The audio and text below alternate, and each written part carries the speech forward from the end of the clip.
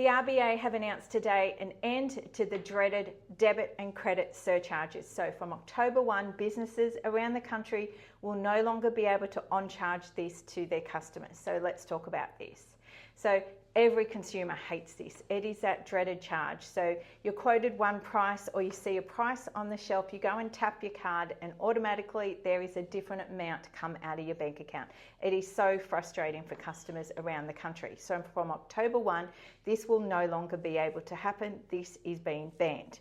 So the RBA has had a consultation on this for the past 12 months and they're estimating that this will save consumers, Aussie consumers around the country, collectively $1.6 billion. But will it? Is this all smoke and mirrors?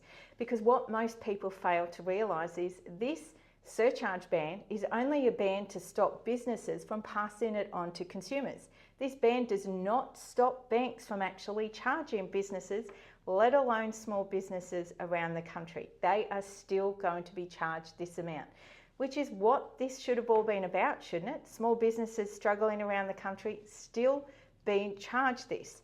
So from October 1, let's break down the finer details. MasterCard, Visa and EFTPOS card transactions will no longer attract surcharges for consumers. The price that you're quoted, the price that you see on the shelf is what you're going to be charged when you tap your card. Now, Amex has a different agreement with the RBA, so this is not going to be impacted.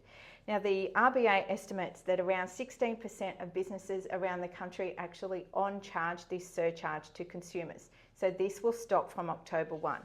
But it won't actually stop this charge, as I said, going to the small business. So if anyone thinks this is going to save consumers, well, they're crazy, because small businesses will only be able to absorb this extra cost so much, especially in a cost of living crisis and a fuel crisis that we currently have.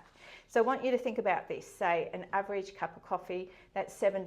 Now, if we put a 1.5% charge on that, we are looking at $7.10. This does not mean that the businesses are automatically going to absorb this. They have very low margins as it is.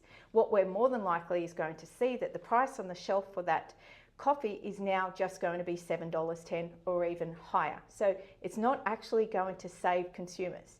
So what we should have seen was the RBA using their teeth, if they have any, to actually stop these businesses from being charged these ridiculous charges, because this is what they're actually being charged. So EFTPOS is being charged around 0.5% for EFTPOS, as I said, 1 to 1.5% for credit cards, with debit cards sitting in between. So these banks are continuing to charge this. Small businesses are suffering. Hit the follow button for more.